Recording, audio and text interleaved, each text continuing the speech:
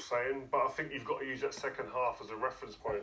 I think you've got to use that second half as this is what we want to look like now. I think there was much more unity. I think they were more connected as a team from back to front. The spaces wasn't as big as they were in the first half. They weren't as easy to play through. But I think these players, if anyone had any doubt, will these players run, hustle, and fight for Ollie? Yes, they will. They showed that in the second half.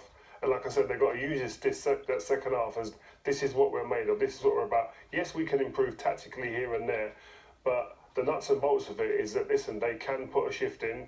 People were questioning after the game against Leicester, are these players willing to work? Are they willing to run through brick walls for Ollie? Well, today, I think they showed that. There was a togetherness, there was an intensity that I really liked. And I think that as soon as the second half started, I noticed Bruno had dropped off a little bit. He brought himself and connected himself to the two midfield, so they weren't isolated by himself, and the wingers weren't as far forward as they were probably in the first half. And those little nuances, those little details do change things. And I just think at the end of the day, you go back to basics. They said that, go back to basics and just get the fundamentals right. First half, they came out, they weren't awake, they were asleep.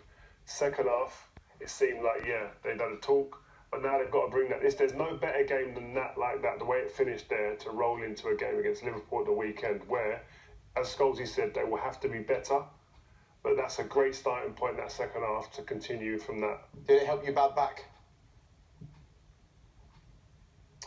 It almost hurt my butt back because when the goal went in, I almost rolled off the sofa.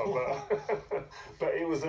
But no, listen, it's a like Scholesy said, you do get carried away. We're football fans. I'm the same. You get carried away. You're sitting here texting your mates, Man United are back, etc. No, they've got a long way to go. Let's be realistic about it. But we needed a reaction. That's what we asked for before the game, and we got that in the second half and roll on the weekend now. Okay.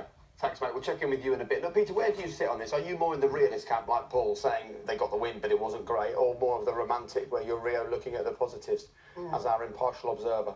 Yeah, no, I think I have to side with Paul. I think I do worry for the weekend for when Liverpool come to town, because they're going to be much better than Atalanta going forward.